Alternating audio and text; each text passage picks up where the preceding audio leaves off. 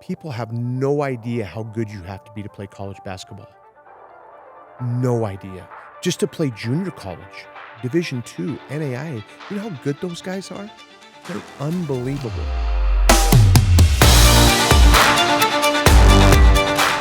All right, Coach Chris Jones of the Highland Rams. I'm genuinely excited for this conversation because we just met. And so a lot of the coaches I've at least met before. And so this is a fun opportunity. So I did what some would call internet stalking and others would call research to try and get some good questions for you. That's good, yeah. But in that research and then in talking with other coaches who respect and admire you, it seems like you're a very passionate and a disciplined individual. And so my question for you is, what is at the core of you directing all of that energy and that passion towards truly mastering the game of basketball? Well, mastering is probably is too much, but it's never mastered. But just, passion to learn it and get better at knowing it, understanding it. And then there's a big difference between knowing basketball and being able to teach it and get your team and your players to try to get them to do what you want to do. It, just because you know it doesn't mean you can get them to do it. And that's more of the art. The science of it is, your X and O's, and everybody can learn X and O's and learn how to teach this and learn how to understand what the flex offense is or the swing offense is or the dribble drive offense is or whatever. But can you get your team to do it how you want them to do it? That's more of the art. I think all sports have become, so analytical, so scientific with all the data that's out there. And that stuff's very important, but there's still an art to it. And that's what I think the best ones do. They have an art about it and they understand how to get their teams to do it. And within that artistry, there's a lot of different ways to get your teams to play well and succeed and enjoy the ride and enjoy the journey. And so I think there's quite a bit art still left in it. And that's, I think, where you're always trying to get better as a coach, learning how to get your team to do things and understand personalities and kids and what they need to succeed. That was a question actually from Coach Gus Cepena. He wanted me to ask you, how do you balance holding kids accountable and that disciplinary side of teaching them and instructing and correcting with building relationships and making sure that, especially in today's day and age with kids that might be a little bit more prone to sensitivity in certain areas, so building relationships and still accountability? That's again where the art, right? You got to spend time with them. You got to talk to them. You got to be around them. They got to know you have their back. I probably have the reputation, so to speak, of I'm loud, I'm a little flamboyant, a little maybe obnoxious or whatever the word is. Demonstrative is the word probably. But just because you're demonstrative and loud doesn't mean you're negative. And I'm not negative with my team. Just because you're loud and demonstrative, sometimes I'm loud and demonstrative and it's all positive. Guys take a shot and I'm like, great shot, good, I love it, no problem. But it's loud. So people hear loud and they think that's being mean or negative, or that's just who I am. And the passion that I have, and in the 4 years I've been here, I've learned a ton about coaching high school kids. They're young. For 25 years I coached college kids, and they were all outstanding high school players, or they would never have got to the college level. So they were outstanding players and had talent and ability and all that. And when you go back to the high school thing, you can win a lot of basketball games as a high school program with just pretty good players. Because that's what the majority of them are. They're pretty good players. It's hard. People have no idea how good you have to be to play college basketball. No idea. Just to play junior college, Division II, NAIA, you know how good those guys are? They're unbelievable. And you're seeing it right now in the transfer portal, where these mid to high major programs are taking D2 and NAIA kids, and they're transferring to the mid to high major level, and they're having a lot of success. I mean, like, look at the guy at Drake, Ben McCollum, who's now at Iowa. He was a D2 NAI coach forever. He got the Drake job, and he just took his whole D2 team with him, and they went to the round of 32 or whatever. So those guys are good. I mean, we only have one D2 program in Utah, which is really sad, because I think if we had more, it would be great for Utah high school kids. At Westminster College, and you go watch Westminster play, they have really good players. It's hard to be a college basketball player. It's really hard. It's the best of the best. And you see the stats, and they're all out there, how many high school players get to play in college at whatever level. It's not very much, So I think that, just you can do a lot with pretty good players at the high school level. If you can get them to play for each other and play right and do the thing and play hard and all that. Rick Carlisle just came out, you probably saw it. He came out with a big deal. He thinks the NBA now is turning into a play hard league. For a while it was there, you want to have 2 or 3 stars, right? And then the other guys are just kind of whatever. And now they'd rather have 9 or 10 really good players, and maybe you don't have a star or 2 stars. I mean, they kind of have a star in Halliburton, right? But he's obviously incredible. But they have a bunch of dudes play really, really hard, and they play together. And look where it got them. There's so much that I want to branch off. I know. Sorry, I just get going. I'm sorry. Yeah. No, it's so good. Part of that is again, in talking with coaches before this, and then talking with your son Rylan, it comes up. They play the right way, or they coach the right way. So in your mind, in basketball, again, whether that's AAU, high school, all the way up to professional coaching that you've done, what does it mean when someone says they play the right way or they coach the right way? Okay, this is going to sound really simple. What I tell our team, and what I told Rylan growing up, I talk to our guys in college about, the game always tells you what to do. And people look at me like, what do you mean? The game tells you what to do. Okay? If you're open, I'm asking you these questions now. I'm interviewing you. If you're open, what should you do? You'll shoot it. Okay? If there's a guy next to you that's wide open, what should you do? Pass it. If the guy's flying at you and closing out at you hard, what should you do? On fake and go. Drive by him. Then when you drive by him, if help comes, what should you do? Throw it to the teammate who had the help come. The game tells you what to do. It's no harder than that. But we, as players, and I did it. I'm sure I did it when I was a player. And kids nowadays, they make stuff up. They make it too complicated. I talk to our team all the time at Highland. Here's one problem I think. They don't watch basketball. They watch highlights. They watch Instagram highlights or TikTok highlights or whatever, and the highlights that get seen are incredible plays, incredible finishes, whatever, right? That aren't normal. And they're the best of the best that they're seeing do it, right? So it's not real because they're not capable of doing that. I talk to my team all the time. In the NBA, if you watch an NBA game, there are very few difficult shots taken in an NBA game.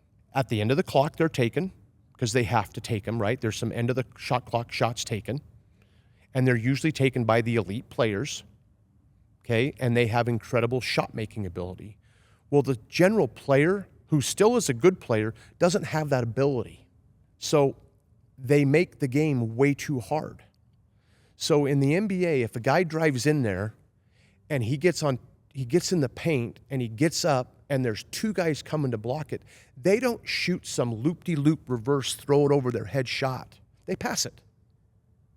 And if they don't, they just get taken out of the game. When they drive in and the defenses collapse, the one term we use a lot of, play behind you. I drive to the basket. Defenses are all taught. Now, we don't play defense this way because I don't believe in this. When you drive, defenses are all taught. Get to the line of the ball. Sink. Get in there. Help. Right? Okay, we'll play behind you because those guys that all came to help, the guys that they were guarding are behind you. Just stop and throw it behind you and you play horse. And so the game always tells you what to do. And then there's at times where then you have to maybe be creative and take shots at the end of the clock. And hopefully, you have good enough players and your kids can make some plays at the end of the clock, right? Because that's when shot making is needed, right? Hard shot making is needed. I know that's long-winded, but it's just do what the game tells you to do.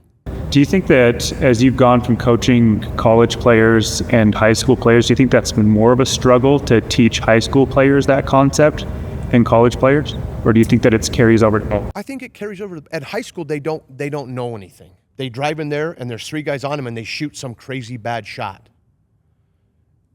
Well, no, don't do that. It's not going to work. Okay, and they might make one once in a while or whatever. But what happens is they do all these skill workouts and they do all this stuff in a skill workout 1-on-0. You don't play 1-on-0. There's usually a guy guarding you. Kelvin Sampson was just on social media last week or two. They don't do skill work at Houston. They get shots up, right? That's important. You got to get shots up, right? But when they do skill work, it's 1-on-1. It's 2-on-2. Because in the game, that's what it is. They don't get out of your way in the game and say, hey, let me make my crossover behind my knees, step back, pump fake. Hey, can I do that? No, the guy's not going to let you do that. He's guarding you. And kids just make it way too hard. As you're coaching high school kids and then you used to be actively involved in recruiting college kids, what stands out to you as you're watching players outside of just their physical gifts, right? If someone's 7 feet tall and can jump, outside of physical gifts, what impresses you with players coming into your program or if you were recruiting for a college? Well, I recruited for a lot of years, and I made a lot of really good choices in guys that we recruited and took, and I made some bad choices. I recruited Sam Merrill to come to Utah State. Now, Sam was probably going to come to Utah State no matter what, because they're Aggies at heart. His sister went there, his family's from there. They were Aggies. But I still had to recruit him, and nobody else in the state recruited him. BYU didn't recruit him. Utah didn't recruit him. Nobody else recruited him. And I remember watching Sam a lot when I got called about Sam from his couple coaches, Lynn Lloyd and Peter Harrison at the time, who coached the neighborhood Bountiful kids that had Zach Selyus and Sam and Trevor Lloyd. I think Lynn Lloyd played with Trevor. And anyway, they had a bunch of basically neighborhood kids, Burkott Chapman. They had a bunch of kids kind of in one area. And I got called and they said, hey, you got to come watch Sam play. He wants to be an Aggie one day. And so I go watch Sam and I'm like, oh, he's okay. And between his freshman and sophomore years, oh, he's pretty good. And then the more you watched him, he did what the game told him to do.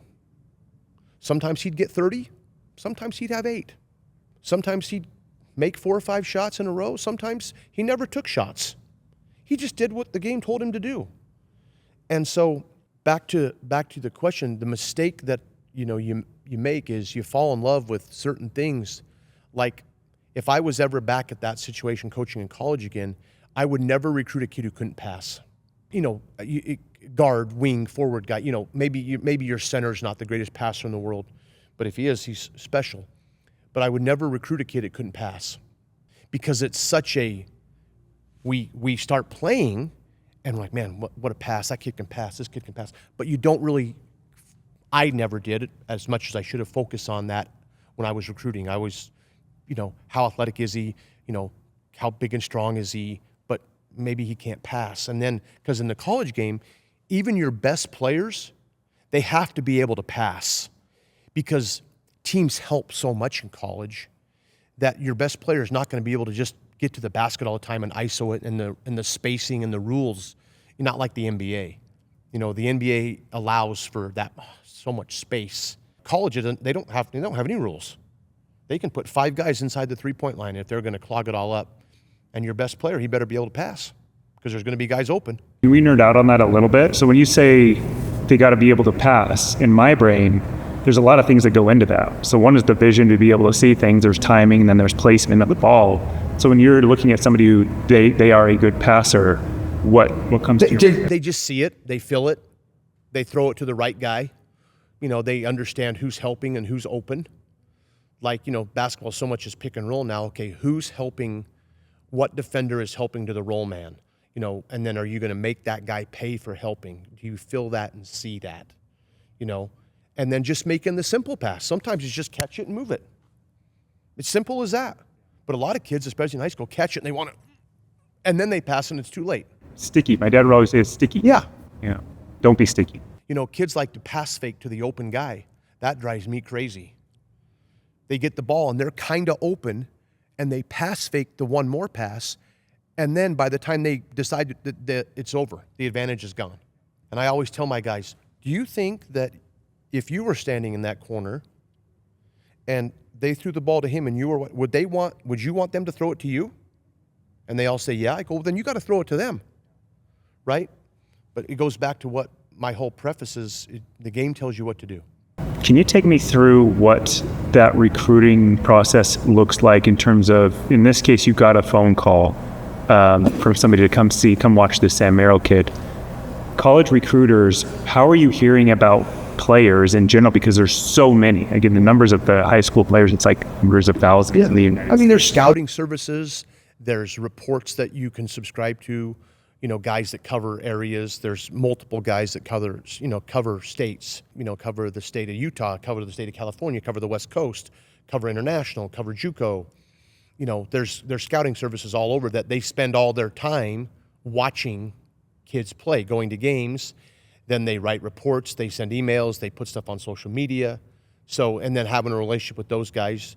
Hey, I call them up, hey, Frank Burleson just comes to mind, a guy out of California that's been doing this for 40 years. Hey, Frank, who are maybe 5 or 10 kids that might be in our wheelhouse that we could maybe recruit that would be at our level? And then, he sends you some names and then you follow up and watch and call them and kind of go from there. And then flipping that as a high school coach or as a high school player, parent, how do I as a parent get on those lists, get on the radar of those? And as a coach, are you able to help your players kind of see? Well, you got to be good. Okay, you got to be good, first of all. You got to be a good player.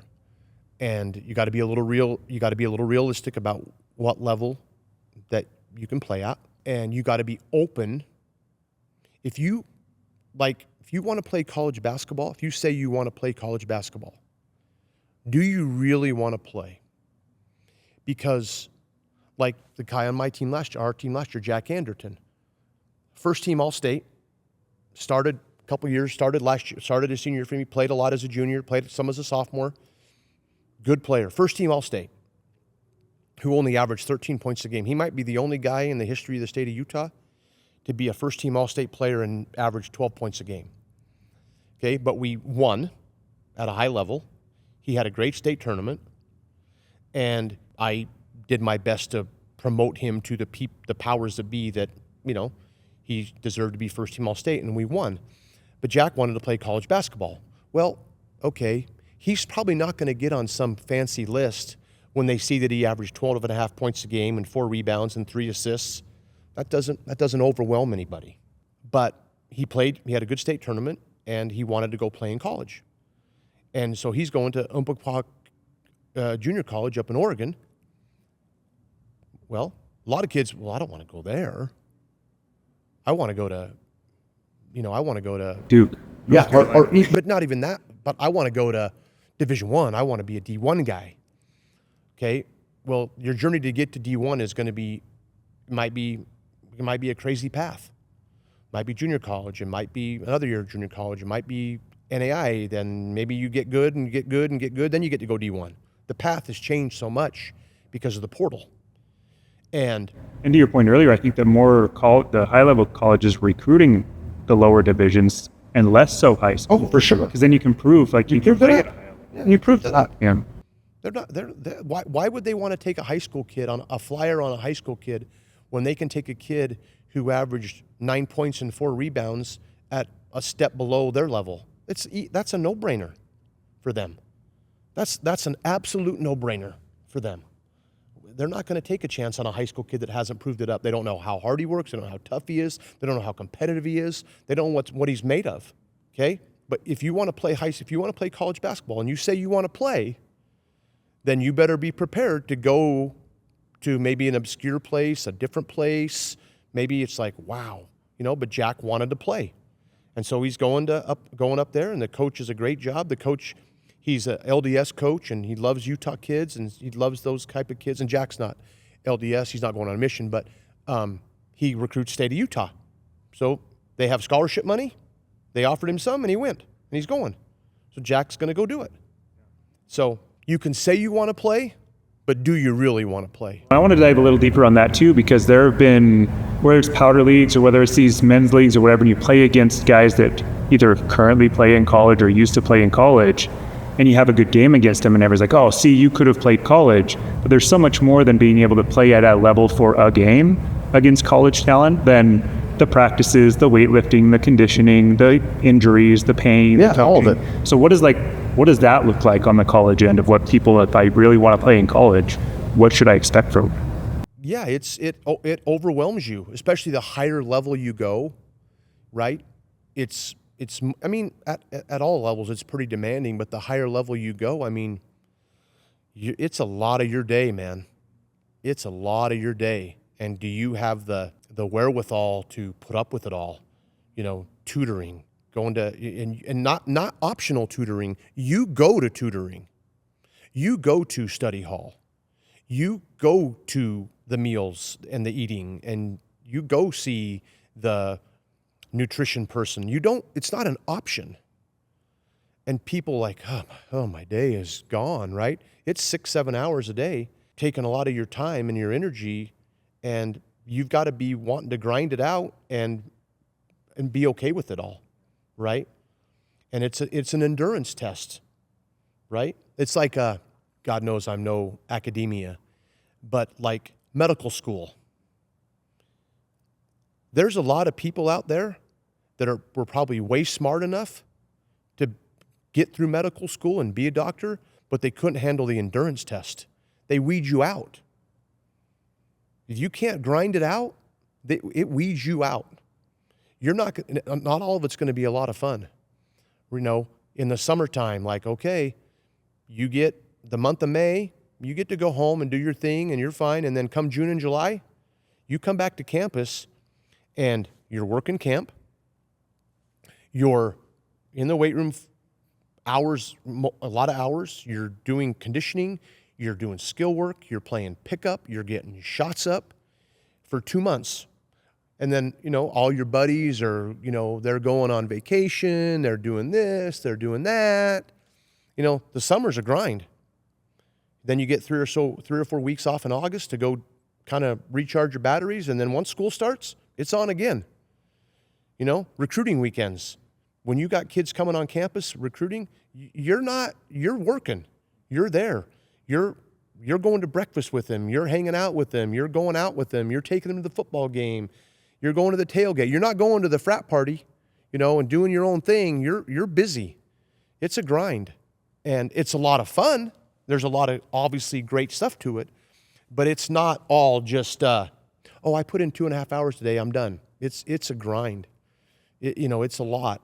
Now they're and especially now they're incredibly well compensated. Their scholarships are amazing. Their cost of attendance checks are good. NIL obviously is great. So they're much more well compensated for their efforts now than they used to be. So that obviously probably helps them. But it's work. It's a lot of work. You're coming in and watching film. You're getting told this. You're getting told that. I mean, you're meeting with the analytics guy. It's just a lot of time. And there's the competitiveness in high school of making the team and getting more minutes, but it seems like in college now you have the best of the best, and it's an even bigger step up of these aren't your best friends, and they want your time more, and they're willing to physically do things to get that too. Yeah. So you mentioned Jack. Take me through this last season. What were some positive moments for the Highland Rams this last season? Oh, it all started last summer when we came off that really good year the year before, and we lost almost everybody. I started five seniors: Matt, Grayson, George, Cepha. Who else did I start? Isaiah. I started 4 seniors. So coming off that year, we made it to the semis, and we got, Highland basketball has unbelievable tradition. I mean, they've won state championships, football, basketball. They've won a lot of state championships. a lot of years. I mean, the Orchards all played here, Morgan Scally. I mean, you've had a lot of people play here that have been really good.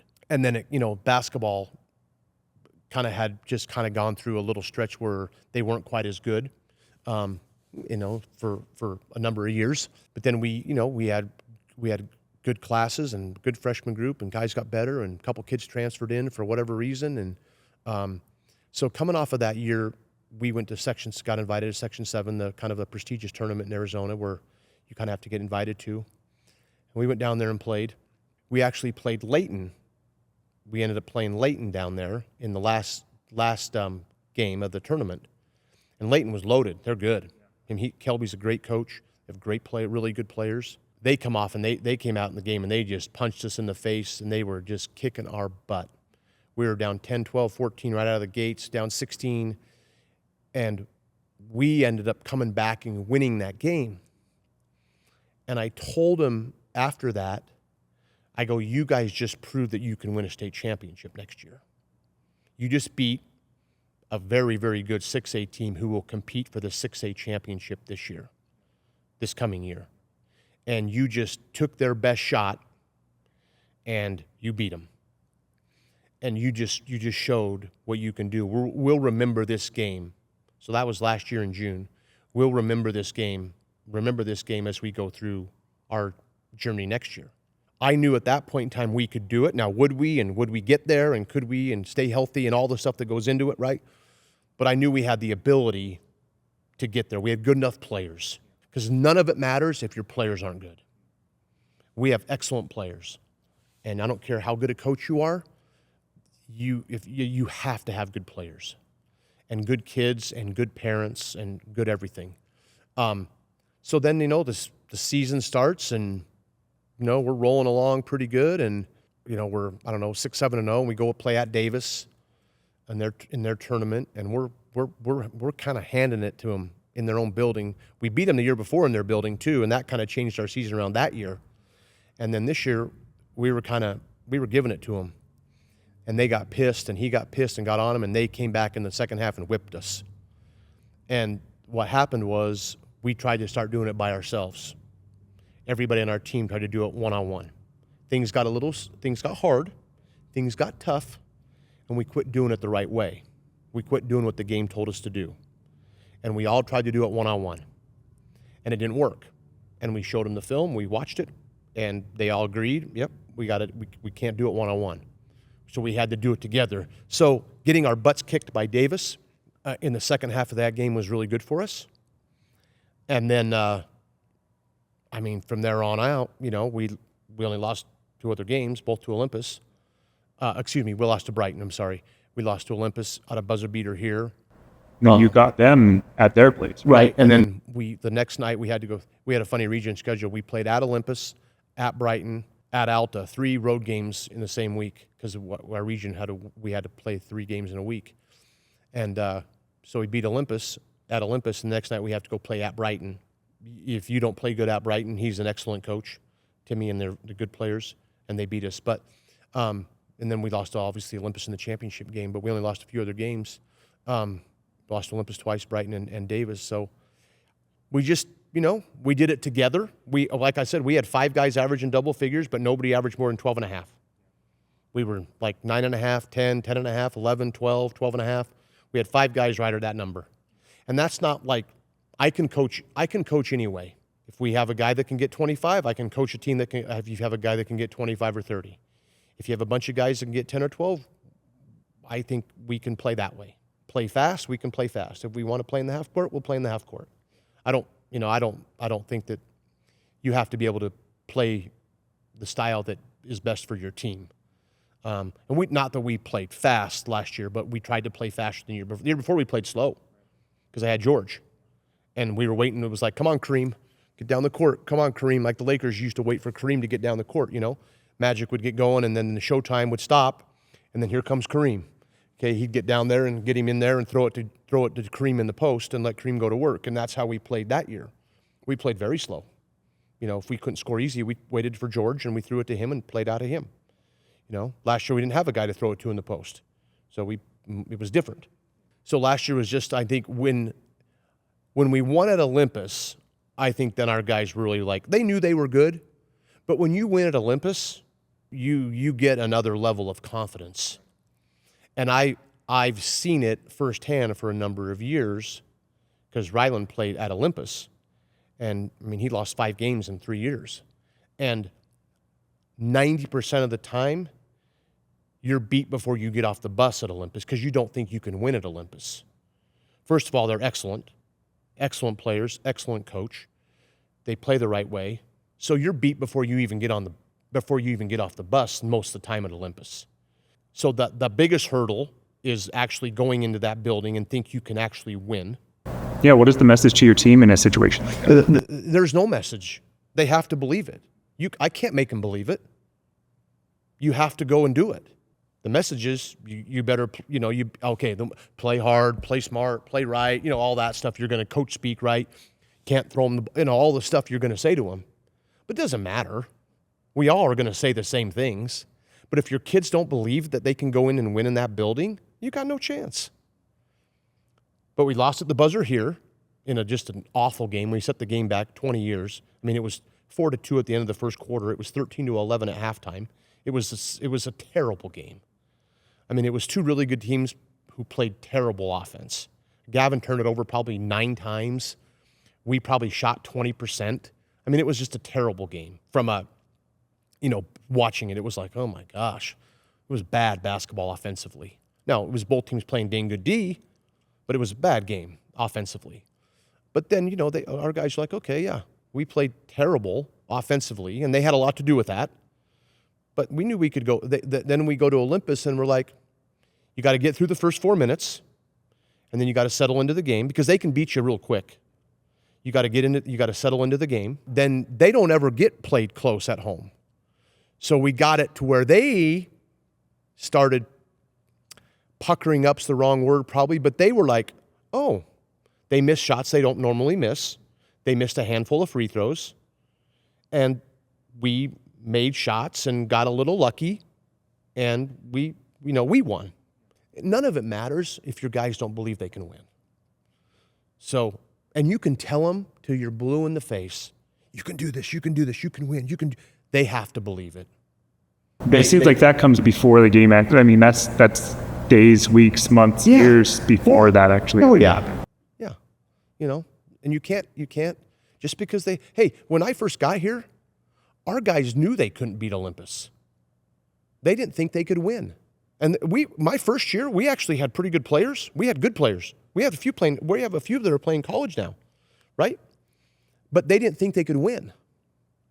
I spent all my time convincing them that they were good. It didn't matter what we ran, didn't matter what we did. I spent the majority of my time trying to convince them that they were good. And we actually got good. We actually had a good year my first year. We didn't, our record was, whatever it was, but we were actually hard to beat at the end of the year. Yeah, convincing your team that they can win is important, but they got to believe they can win. I balance like that as a coach because it seems like not only are you teaching X and O's, not only are you trying to build team chemistry, but you're also kind of playing like team psychologist in a way to our point, the mental side of it. It seems like you have a lot of areas of responsibility that you and your staff have to try and figure out with teenage kids. Yep. So how do you approach those conversations with kids of, again, kind of are very early on in the conversation of balancing that I'm going to build a relationship, but also I got to tell you, I got to help instruct you. You got to tell them the truth. And I probably way overdo it, and we watch every game we play. This film doesn't lie. No, we watch every game. Now, most of the time we watch the whole game. And we watch, a lot of coaches make clips and pull clips. I spent my life doing that in college, but I think they like watching the game. They like watching the up and down and the flow of the game, and I try to talk to them about the flow of the game. And another term that I like to use, a statement I use them is, don't mess up the game. Sometimes I don't say it in that politely, right? But don't mess the game up. Like, you got a 3-on-1 fast break. You can't mess that up because then the basketball gods get you on the other end. You've seen it, you know it. every time you miss a layup, what usually happens on the other end? The other team gets something easy. They bang a three. It just happens, right? You just do something dumb. I had that happen this morning. Yeah. I was playing basketball this morning. I missed a layup. I was like, oh no, 3-point. Yeah. You just can't mess the game up. And, you give up an offensive rebound. We all know what that usually generally leads to. Kick out three, bang, right? Try to do something crazy. So as you watch the flow of the game with them, okay, Isaiah, you messed the game up, and guess what happens? Or, whoever I'm talking to, and on our team. And I'm very honest with my guys. And I never demean them. I'll never call them a name, but I will, Isaiah, you can't do that. Because a lot of times if you talk in generalities, they don't know it's directed towards them. They don't see that sometimes. So like a good example is like when we played here against Olympus the first time, like one of my best players, Soren Reese, who's an outstanding player, he kind of was a no-show on offense. And I told him that, and he didn't like it. But he kicked butt after that. He never no-showed again. So sometimes you have to, they have to know. And sometimes, and I've gotten better at being not as blunt, Did you have to adjust that going from college to baseball? Yeah, a little bit. Yeah. But if you tell them when they do good, you can tell them when they do bad. And that's one thing I err on. I try to tell them very often all the great things they do. I maybe overdo it. I've even had a couple of my coaches tell me, I want to make sure that we're telling them that what they're doing good. I want them to reinforce the good stuff. And they're like, you tell them plenty of that. You have to tell them the truth, and you can't be afraid. I at least in my opinion, like Doug might totally disagree with me, Meacham. He's probably much more in generalities with his team. He's much calmer than me. He has a great demeanor to be an excellent coach, and he is an excellent head coach. But we probably get our message across in different ways. And, Doug's won state championship finally, and that last year down there, and at Snow Canyon he won one, and, he had great teams, and I'm so glad he got to win one. This year they were right there to win another one. But you can't be afraid to tell your guys the truth. And so many coaches are afraid to do that. They're afraid he might not like me, Well, and I think that's something too, as players and parents are coming into a basketball program. Not only do you need to know the game, but I think you need to be able to adjust to your coach and how they communicate, and realize my 10-year-old, he was playing baseball last week, and in practice the coach corrected him, and after practice like, oh, coach hates me. It's like, Jared, no, like the fact that the coach is taking the time to correct that means he cares. And if he wasn't correcting you, I think that would be a bigger problem. And the coach doesn't hate you, but he has to learn to adjust to different coaching styles in that aspect. So I think a similar thing here. Like a great example is Bodie Dodge, who started for us last year, had a heck of a year as a junior. As a sophomore, he had the hardest role in basketball. He had the 4-minute-a-game role. And if he messed up, I told him about it. But it's hard when you only get to play 3 or 4 minutes to get comfortable, to get in a rhythm. Every play you make is under a microscope. And if you make the wrong one, I tell you about it, and then you're nervous and you're not confident and you're not in a rhythm. And I understand that role. I get it. I always told him, you got the hardest job there is. Your leash is short. You don't have the longest leash. He didn't his sophomore year. He had a short leash. And this year, his leash was much longer because he earned all of that, because he's how hard he works. He's a gym rat. He wants to be good. He earned all that. And his leash this year was incredibly long. Somebody else had that crappy role, right? Where you get the 4-minute-a-game guy and you need him to do good because of foul trouble, or you need to give a guy a rest, but they go in there and mess it up. It makes you mad, So I think a big part of it is you have to understand what your kids are going through. Soren's role as a sophomore was 12 minutes a game, 14 minutes a game. Last year, played the whole game. I mean, mostly, So their roles change, their freedom gets extended, they earn that. So it's a chess match, you're playing chess with it, And that's where, like, I went back, we started talking about the art of coaching. And God knows, I make plenty of mistakes, and I'm far from perfect. And I mess up things, and I tell my team when I mess up. Like, when I lose my mind at a referee's call and get pissed or something and, whatever, I shouldn't have done that. Or, I might say something in the course of the game like, Isaiah, you got to block your guy out. Well, you know what? And I watch the film next day. Maybe it wasn't Isaiah. And I tell Isaiah, hey, I messed up. I'm sorry. I thought that was you. It was somebody else. So you got to be able to tell them when you mess up. You got to hold them accountable, but you got to hold yourself accountable on, like, man, I shouldn't have called that play at that time. We were rolling and we should have just kept rolling and I called timeout or whatever the case may be, right? No, that's super interesting. I had a couple of questions off of that, but they're in two different directions. So we'll see. Yep. We'll see how this goes. With what would you think? Because you just talked about sometimes the coach made a mistake in a certain situation. After all of your experience and all of the things that you've seen in the players, what are you trying to learn now at this stage of your career? How every guy, how you can get every kid on your team, and probably more specifically the guys that are playing, how you can get them to play their best.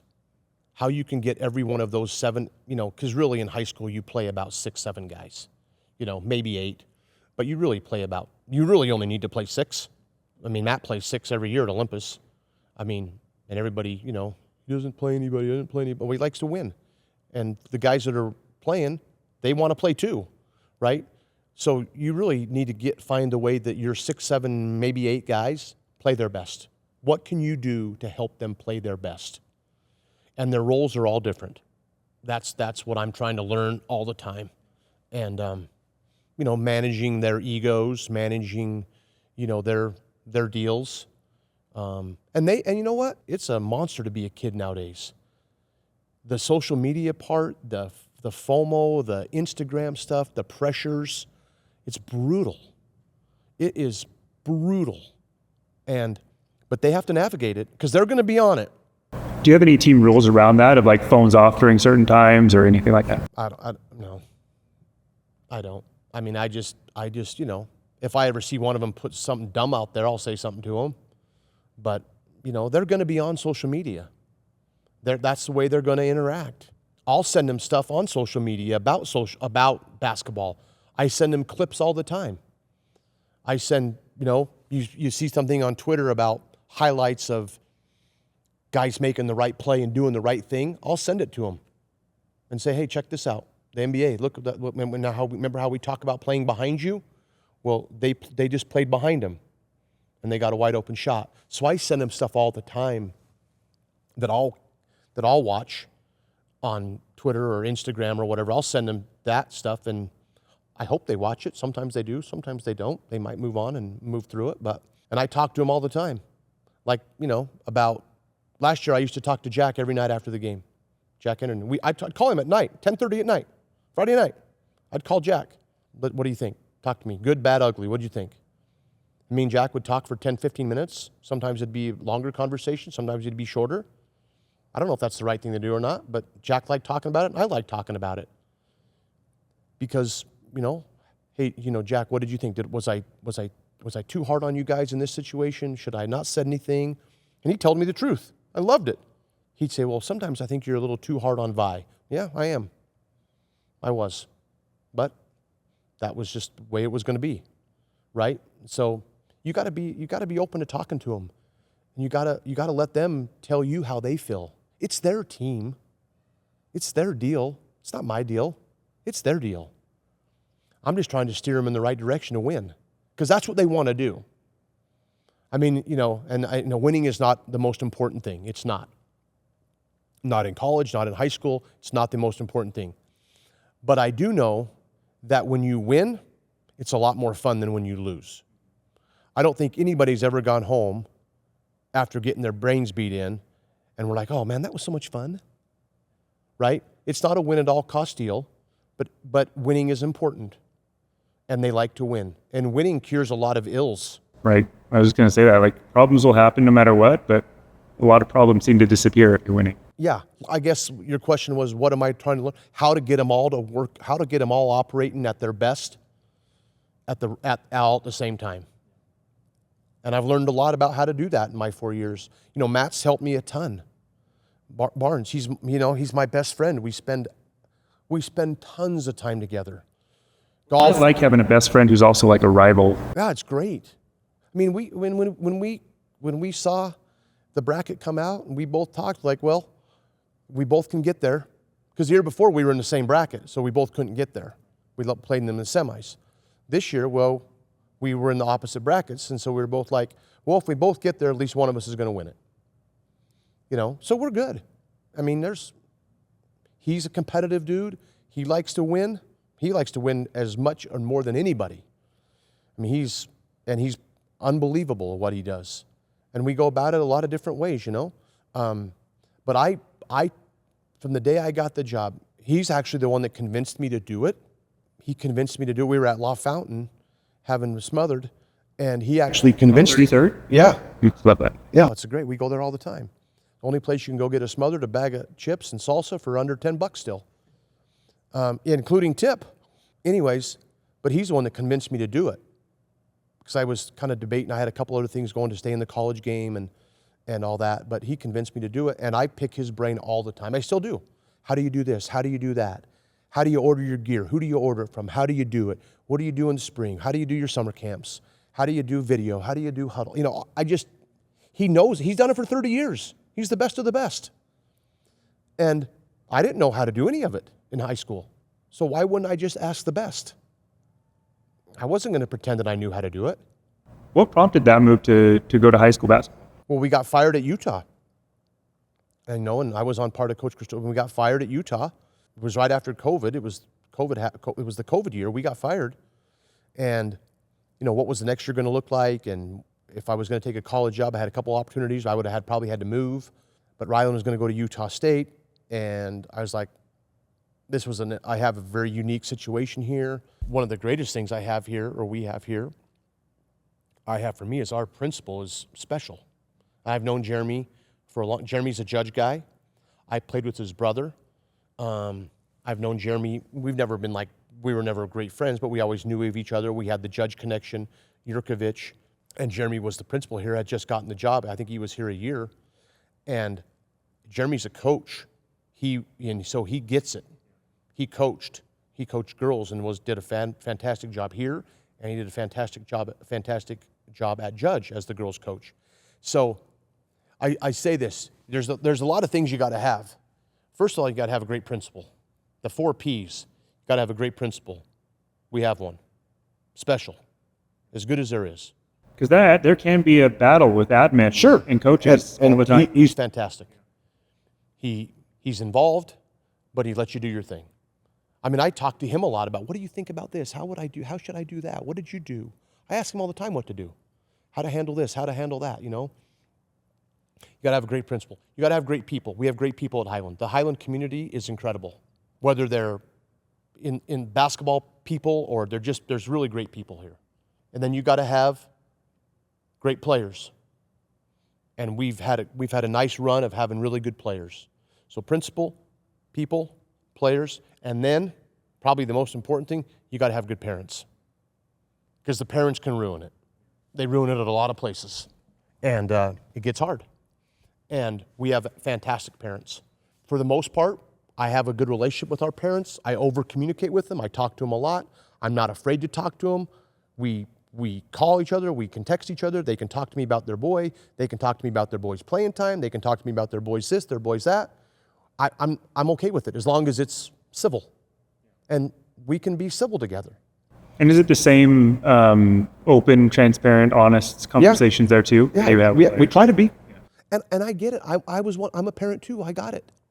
We all see our kid a little probably better than he is, right? We should. We're their parents. We should want the best for him. We should see all the great things that they do. But I think if you try to be transparent and open, and you try to treat their kids good, I think they see that. They might not agree with it, their playing time sometimes, but I think if you're open and honest about it, we try. We try here. And I know I had a lot of people tell me, don't ever talk to the parents. Stay away from the parents when you get into high school. Don't deal with them. I don't believe that at all. Because they're your biggest ally. They have their kids' ear. We both want the same thing. I want their kid to be good too, because that's going to make us good. And they want their kid to be good. We want the same thing. Now, sometimes we don't always see it the same way, but I want their kid to be good. Why would I not want their kid to be good? Why would I want to ever hold a kid back? Now, I'm not saying that I've never messed up or not, I've maybe made a bad decision or a bad choice or maybe this or maybe that, not played a kid enough or went about it the wrong way. I had a parent last year who gave me the greatest advice that helped me be a better coach. He told me that he thought I was getting a little bit too worked up over some things. And I was I was feeling the pressure of being really good. And you know what? He was right. And I listened to him. And he helped me. And I'm not afraid to admit that. He helped me. Is there an importance around timing of that? Like if it's after a loss, is that the best time to tell you that? Or does it give it a little bit of room to breathe? Yeah, probably a little room to breathe. But I mean, I'm very confident in my ability to coach, but I second guess myself. I get a little insecure about some things. I wonder, did I do this right? Did I do that right? Maybe that's just I do. And I'm not afraid to admit it. I ask for help. And a lot of times they're right and I'm not. Let me ask you this, what are you most excited for coming into this next year? We basically have 5 of our top 7 guys back that we played last year. So I'm excited for them to see their journey, how this goes. Isaiah's a senior now? Mm-hmm. So be a 3-year starter. 4? Oh, yeah. He didn't start his very first game as a freshman, maybe his first 2 games, but he started every game since then. So basically there's 5 or 6 guys back that played last year. Ben didn't play much, but all the other guys played a ton.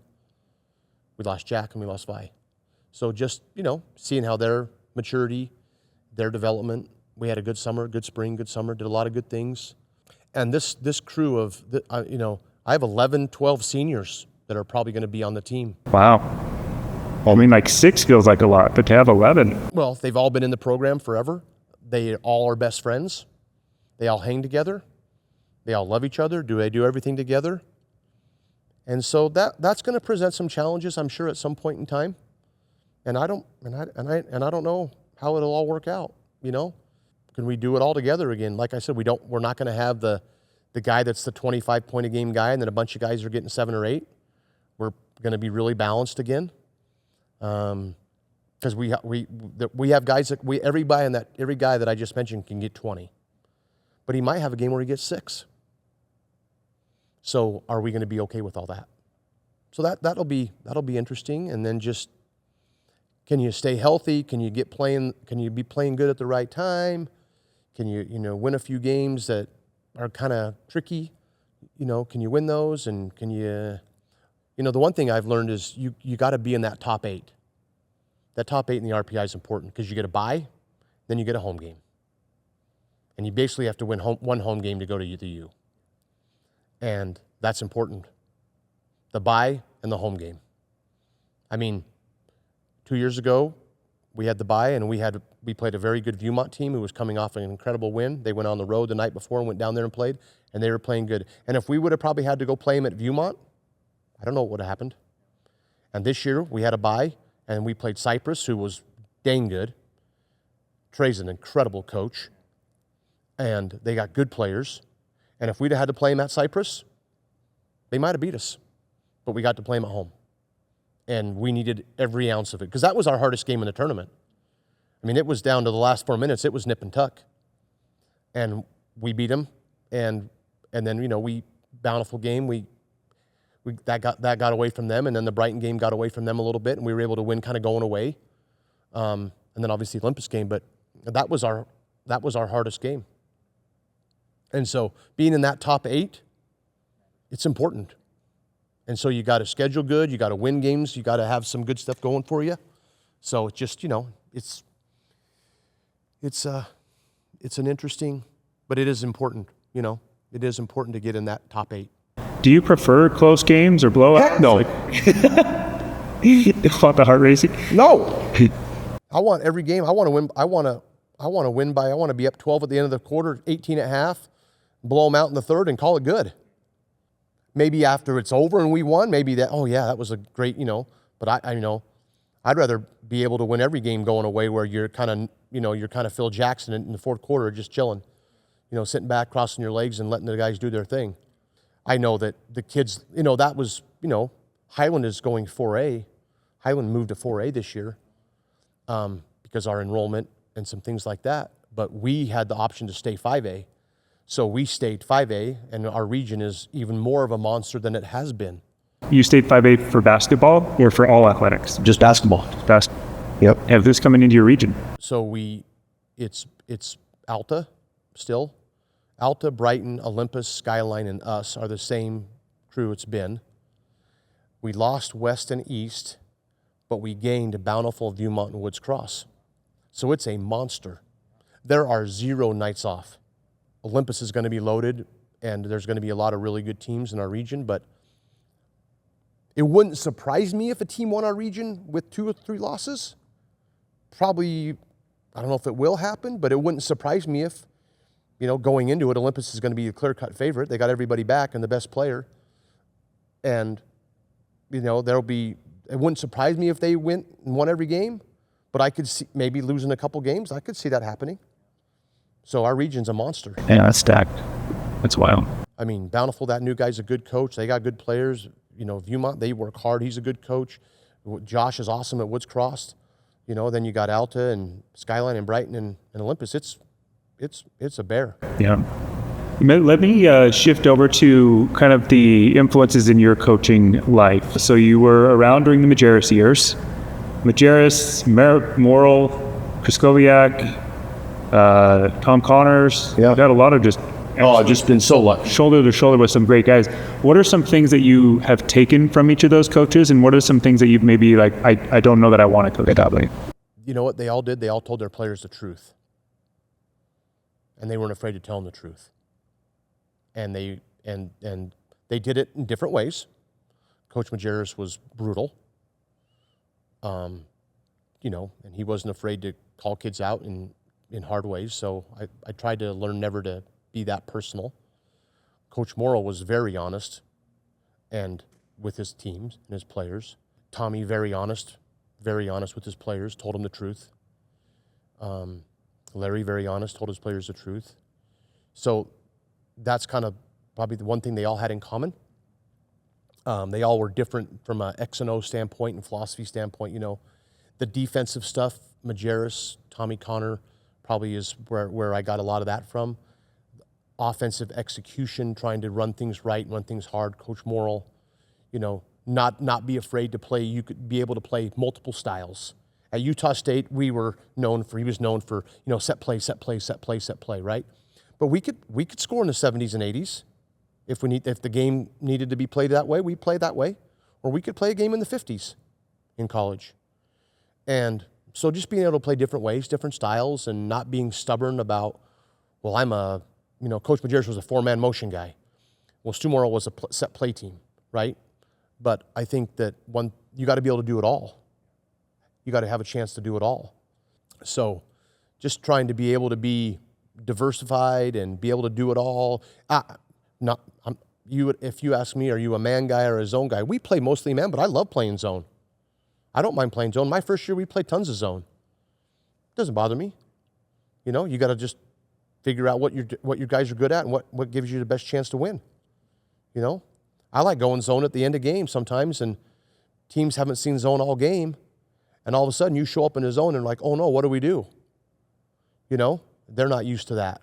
I'm stubborn in some things, but I try to be able to be diversified in what we can do and how we can play and not be stubborn. And if you don't have a very good shooting team, I'm going to play zone against you. There's a question submitted by somebody who knows you really well. Do you have any not rated R Rick Majerus stories that would that make you smile? Oh,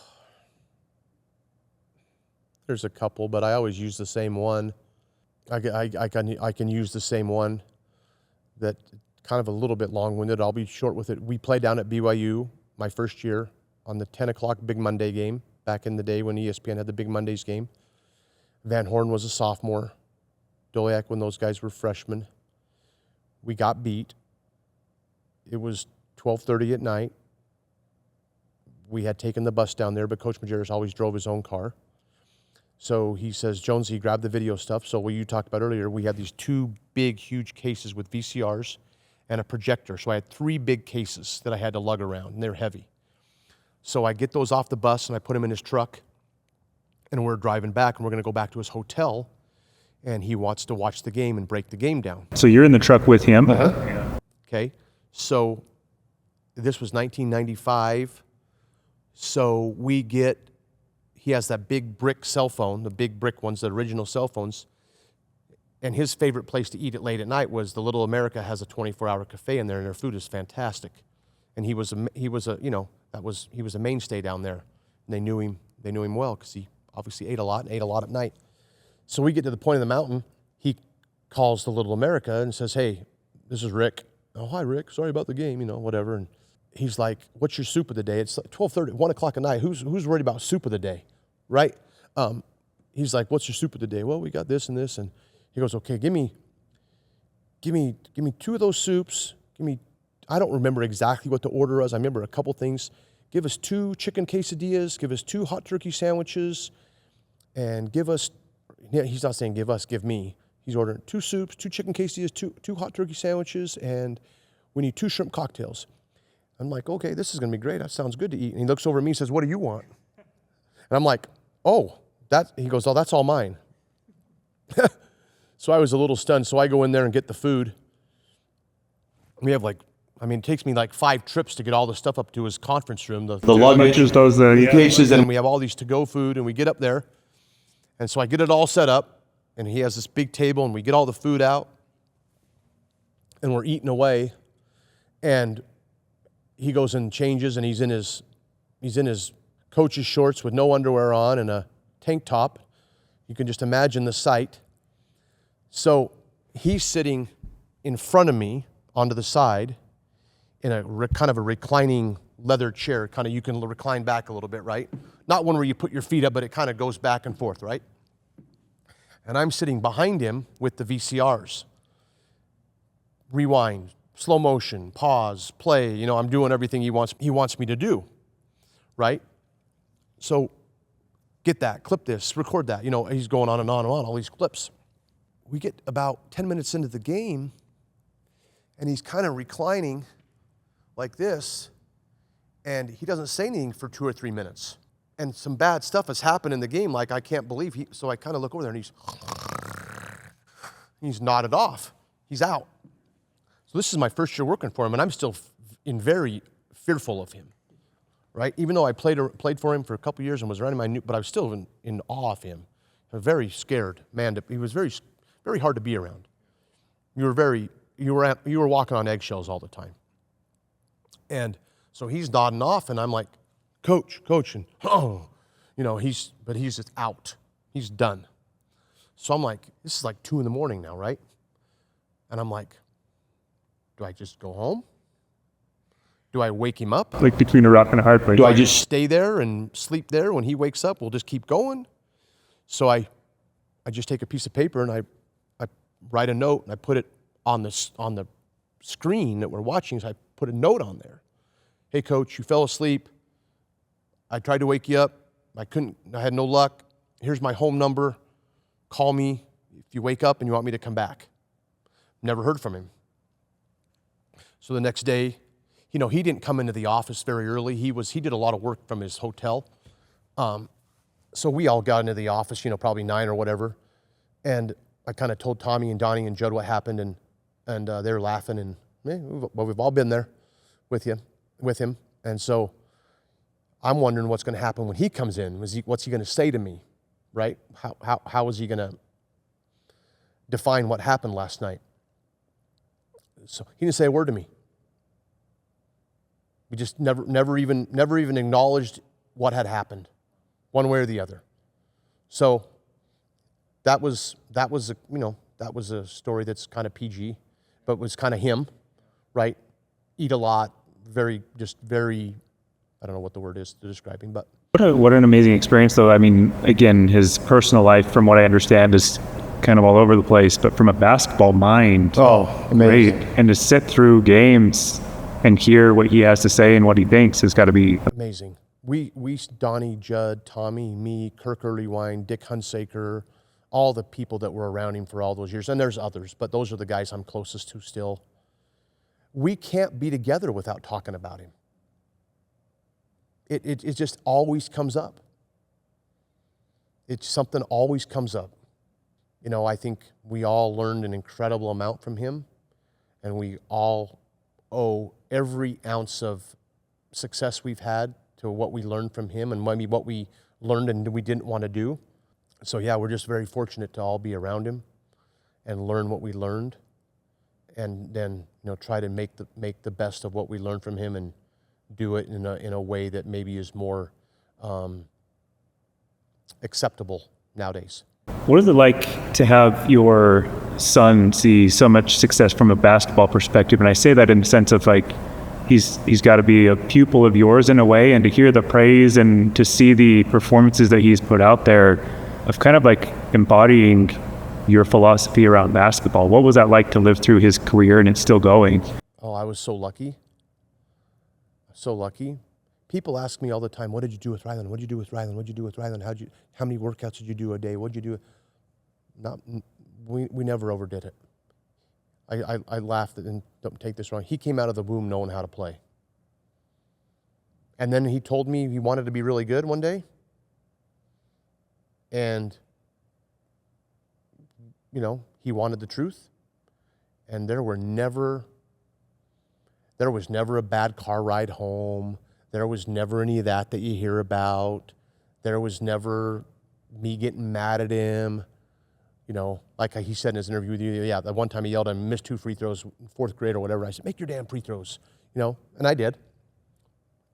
And it broke his heart at the time, and I never did that again, trust me. But he knew how to play.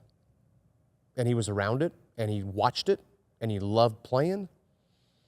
And the game was easy for him.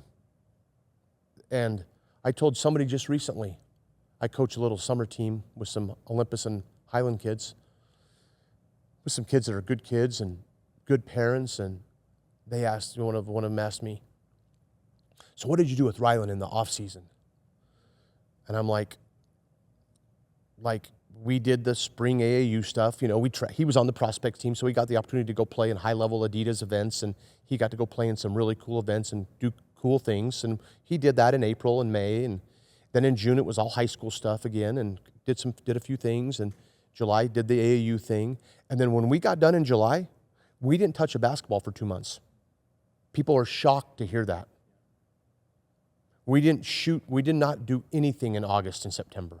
He played golf. He played high school golf. Now, would they do stuff at the school and open gym and stuff with his high school, and they play first period in the morning? Sure. But it wasn't like we were in the gym grinding 3 workouts a day, or he was doing a crazy skill workout. No. They need a life. They need to have a break. They need to play other sports. I think kids should play. I wish I could make a rule where every one of my kids needs to play a second sport, maybe a third. That day and age is, you know, that doesn't happen that often anymore. I got a couple kids on my team that play golf. I'm like, please, can I come? Right? Like, we'll start playing fall league here in the next month or so, and I'll have kids not be able to come because I got a couple that play golf, and I'm like, well, Coach, I can't be at the game tonight. I got a golf tournament. Go kick butt. You know, great. No, that doesn't bug me. I want that for them. I was very lucky with Rylan. I know there's a lot of father-sons that have a hard relationship, that basketball kind of ruins their relationship.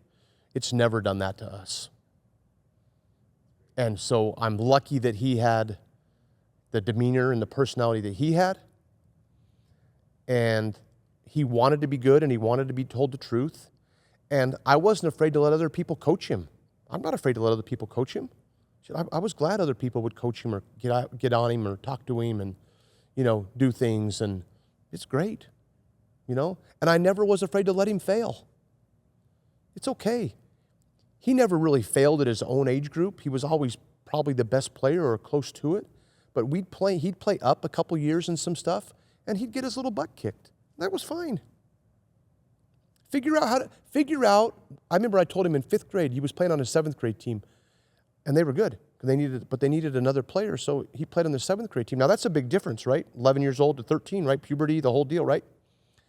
I'm like, you're not going to be the best player. Figure out how you can be a helper.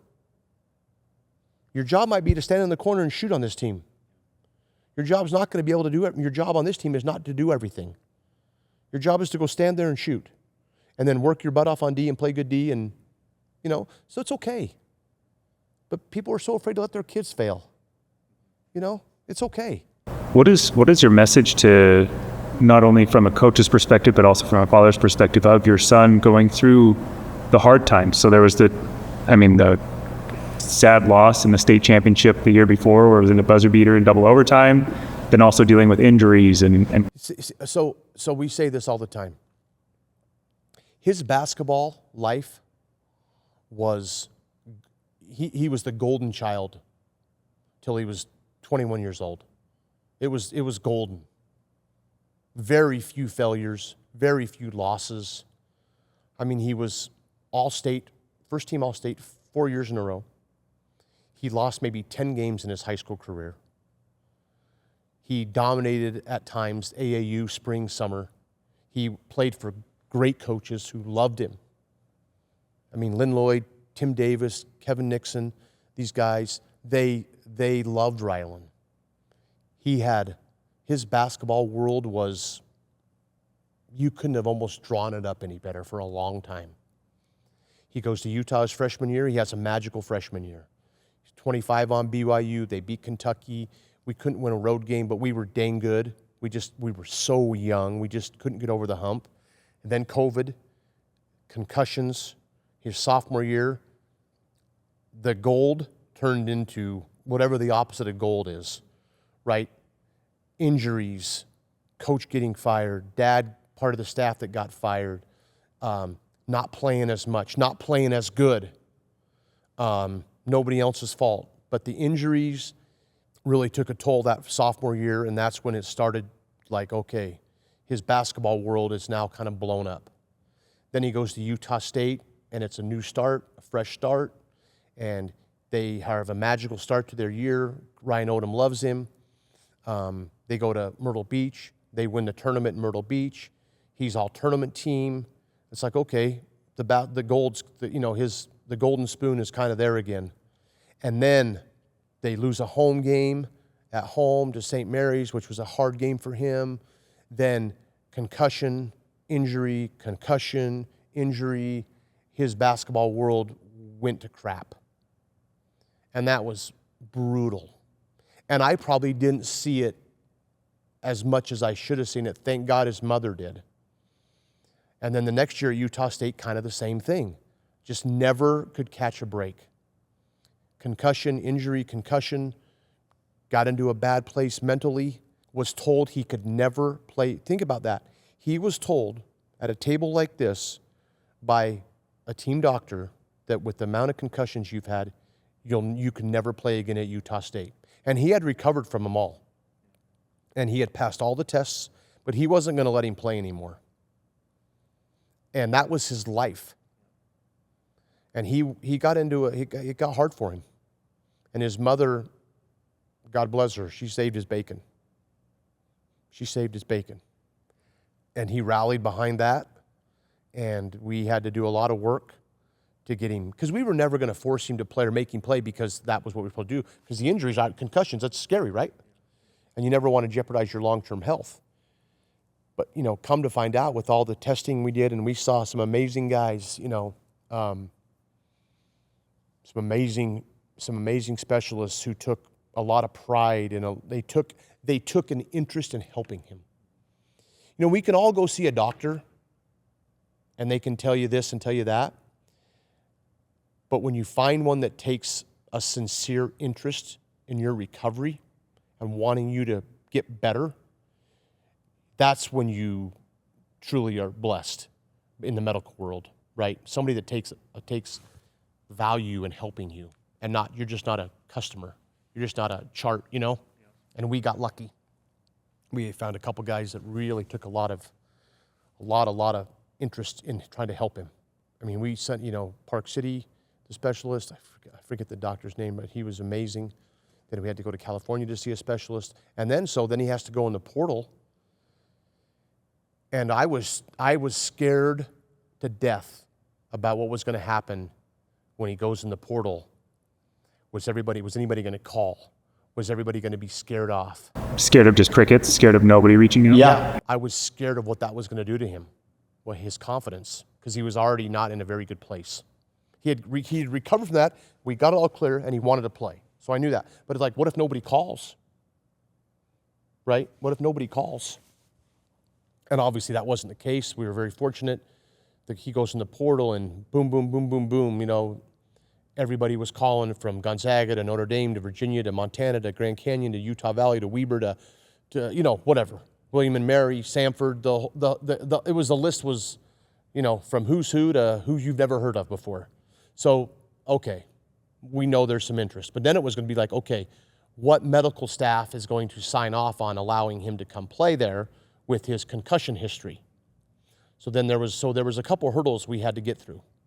And then, he didn't allude to this about Samford and Bucky that we just fell in love with, because there was part of me that wanted him to hang in there and go to Gonzaga because they were going to the tournament. The one thing he had never accomplished in college was go to the tournament, got to play in the tournament.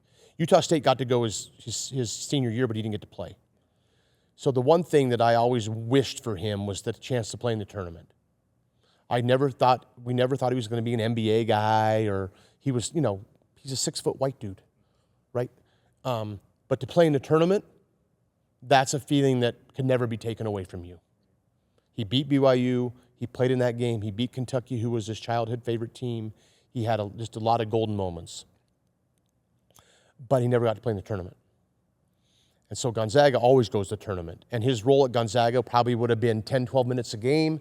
Could have been more, could have been less, just kind of depending on what was going on. Notre Dame was obviously really hard to say no to. But they were going to be terrible, and they were terrible that first year because they were a brand new coach, brand new staff. They had no guys, and they were terrible. And being terrible at Notre Dame is not good, especially when you got to go to Duke and play and Carolina and play. You're going to go in on the road and get beat 30 a lot. That's going to be no fun. Virginia thing would have been cool. Tony Bennett and all that. That they weren't sure if they needed a guy or not. So we had to wait. Basically, the bottom line, we were going to have to wait for a while to see what happened at Gonzaga and Virginia. Grand Canyon was great because Jake Lindsey was there, who played at Olympus, who played for Barnes. Dennis Lindsey with the Jazz. He was son of the Jazz GM. We knew Dennis well. His son was at Grand Canyon. I've known the coach at Montana forever, Travis DeCure. They were great. But Samford was, just for some reason, I loved Bucky. And Rylan didn't allude to this, but one of the reasons I loved Bucky, and I kept kind of pushing Rylan to keep going with Samford, was he was a professional poker player for 15 years. He was a high-level gambler. So when he was a high school coach, he made his living gambling. He was a professional poker player. He played in the World Series of Poker. He played online tournaments. If you go and look him up, some of his stuff's kind of gone now, but if you dig deep and you internet stalked him, he was a professional poker player. And I love that about him. What is it about that thing? I don't know. I just I'm not afraid to. I like to play poker. I like playing blackjack. That world kind of is interesting to me, right? And I love that he was a poker player, and that he had to read people, and he loved Rylan. He loved Rylan, and we were boys, just like that on the phone, and I loved him, and I kept kind of. It was a long ways away. Rylan had a pretty serious girlfriend, blah, blah, blah. I'm just like, bro, there's something about it. There's just something about him that I know you like. He reminded me and Rylan of a lot of my friends that Rylan grew up hanging out with we'd go play golf all the time. And I mean, Rylan was playing golf for money at age 12. he was in money games playing golf at a young age. I'm not proud of that, but it's just what he was. In Logan, we'd go play, and he was in the money game. So, it was like, and, it was okay. That wasn't taboo in my world. You want to win $20 go play golf, go play good golf, go make a putt. And, so that world of, you gotta bet on yourself sometimes, right? So go bet on yourself. And he did, and Bucky loved him, and he had a special year and special kids and, whatever. So we were just very blessed that he was able to get through all that. So gold to the worst thing, and then gold again. And all the credit to him, because he persevered. He persevered through a lot of that, and he could have given up, could have quit. And, it's hard. Our kids are all going to go through struggles. So when you see them come out on the other side and they do okay, it's pretty good.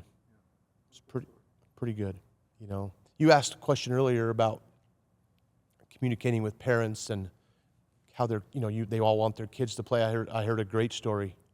This is actually Matt Barnes told me this, and this is great. I tell people this when they ask me about playing time and parents and kids wanting to play as a freshman or a sophomore, right? So there was a kid at Olympus, I won't bring his name up, he was a dang good player. All-state player, maybe first team one year, maybe second team, but they're very good. And as a sophomore, you could always hear the dad, shoot it, pass it, drive it, score. You got it. You could hear the dad. And the kid wasn't playing a lot. And the kid had enough guts to go home and tell his dad, Dad, you need to stop. If I do what you want me to do, I'm not going to play. If I do what Coach Barnes wants me to do, I'm going to play. So I'm going to do what Coach Barnes wants me to do. And the kid started and had a great 3 years. Yeah, to your point, that takes courage. So it was great. I love that. I love learning about that. I just learned about that story within the last year or two. Yeah. And, because we all as parents, we're up there, we shoot, you're open, you gotta do this, you gotta score, no, just do what the coach wants you to do. And it might not be what you want, but if you want him to play, he should do what the coach wants him to do. I think that's a great lesson for us parents. No, I don't have any more kids coming up, but it's like, just do what your coach wants you to do, and you'll probably get a chance to play. You'll probably have a better chance to play than if he does what you want him to do. No, that's fantastic. And that's one of the questions that I had too, is that if you had a time machine, you could go back to a freshman you in today's day and age, I guess. What advice would you give to upcoming freshmen who are wanting to make a high school team and have a positive high school basketball experience? Put the most value on helping your team win. What do I bring to the table that can help our team win and be successful and help my coach look better? Because the coach wants to win. So he's going to play the guys that are going to help him win. What do you do that helps you win and be successful? That is advice that I'd give to any incoming freshman on the freshman team, playing sophomore, whatever. What can you do to help the team win? What is your hopes for the Highland basketball program? Is whether that's however long you're here, what is the legacy you want as the Highland basketball? I just hope that, I live it and see it with Olympus all the time, because I'm around, Matt and I are around each other, all the time, that all the teams that he's had, all the players that he's coached, really good players, really good kids, they all had a good experience. They all won a lot, but they loved each other. They loved him for the most part. Not everybody, but they love Barnes. They come around. They make fun of him. There are little stories about him. I hope one day they're making fun of me and things I said or things I did or, dumb stuff I did or mocking me or making fun of me. I hope that happens. I hope that happens, that when you get done with it, I'm like, I hope there's never a guy who's like, yeah, coach was a dick, or what, and I probably am sometimes. It's okay. I tell them that. I go, I know. I'm a jerk sometimes. But, I hope they know that I love them, treat them good, we do fun things, we go to Crown Burger. One thing I hope they remember is I never make them practice at Saturday morning. I never make them practice Saturday mornings. We don't practice on Saturdays. First 2 Saturdays of the year we practice. After that, I don't practice on Saturdays. Hope they value that, remember that I'm not that guy that gets them up. Now, a lot of coaches do, and I'm not saying that's wrong. I just don't think that they want to practice at 8 in the morning on Saturday or 9 in the morning. Because I don't want to. I want to watch college football on Saturday. I want to try to sleep in. I want them to go out on Friday night and do whatever they do on a Friday night. And if they're out till 1 or 2 in the morning, that's okay. They don't have to get up at 7:30 and try to roll in here, sleepy-eyed, tired, and me trying to yell at them and get them going. That's one thing I've learned. I don't do that. If you can't get done during the week what you need to get done. Now, it's tricky in Utah because you can't do anything on Sundays. Now, a lot of states, a lot of guys do stuff on Sundays. So it makes Monday kind of hard because you got one day to prepare for Tuesday, right? So you kind of have to, but that's the trade-off. You want to go hard for 2 or 3 hours Monday between practice and film and this and that, and Monday's a long day for us. But you get Saturdays off, and they'll always want Saturdays off. And they should. They're high school kids. They should go out Friday night and do whatever they do. They should. They shouldn't be worried about going to bed and me telling them to get in bed by 11 o'clock because we got to be up at 8 in the morning to practice. I don't want that for them. And I hope they sleep till noon on Saturday. I hope they remember that I never make them practice on Saturdays. Dumb stuff like that. I take them to Crown Burger. We go to Crown Burger 3 or 4 times this year and eat Crown. I hope they remember that.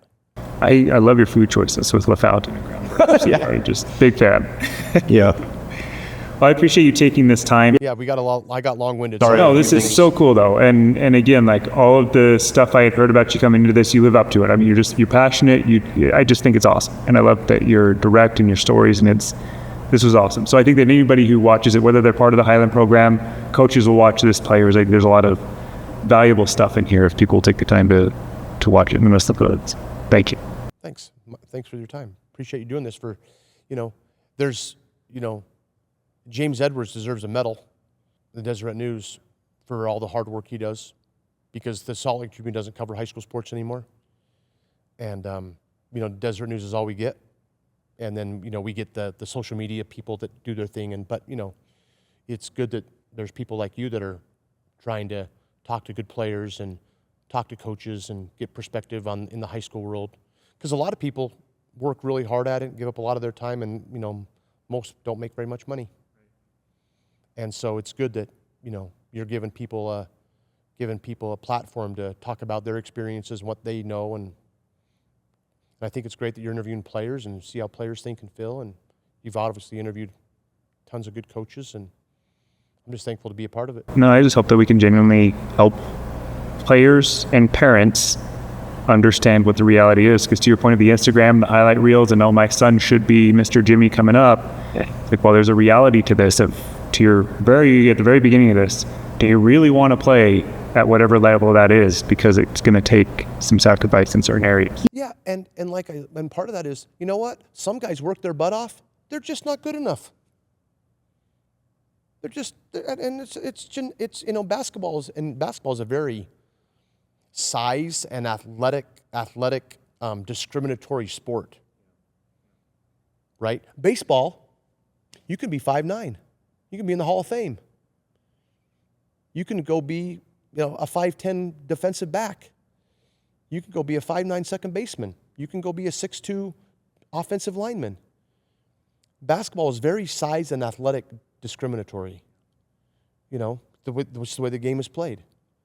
So it's hard. Sometimes your genes just aren't very good for basketball. And I think that it's important too, I think that it's so tied up of if you've grown up in basketball is who you are. If you don't make a team, that doesn't mean you're a bad person. It doesn't mean that you won't have success future in your life. But to your point, there are certain things in this athletic world where Physical traits. Yeah, physical traits matter. Yeah, it's out of your control. Yeah, it's hard. Well, I'm excited to see what Highland does this year. Yeah, thanks. It'll be fun to follow. Yeah, We're very lucky. Very lucky to have the group we have and the people and the principal and the parents. We're very lucky to have what we have. And I'm very grateful to be able to be here and allow us to do what we do. I appreciate you, seriously. Thank you. Thanks, man.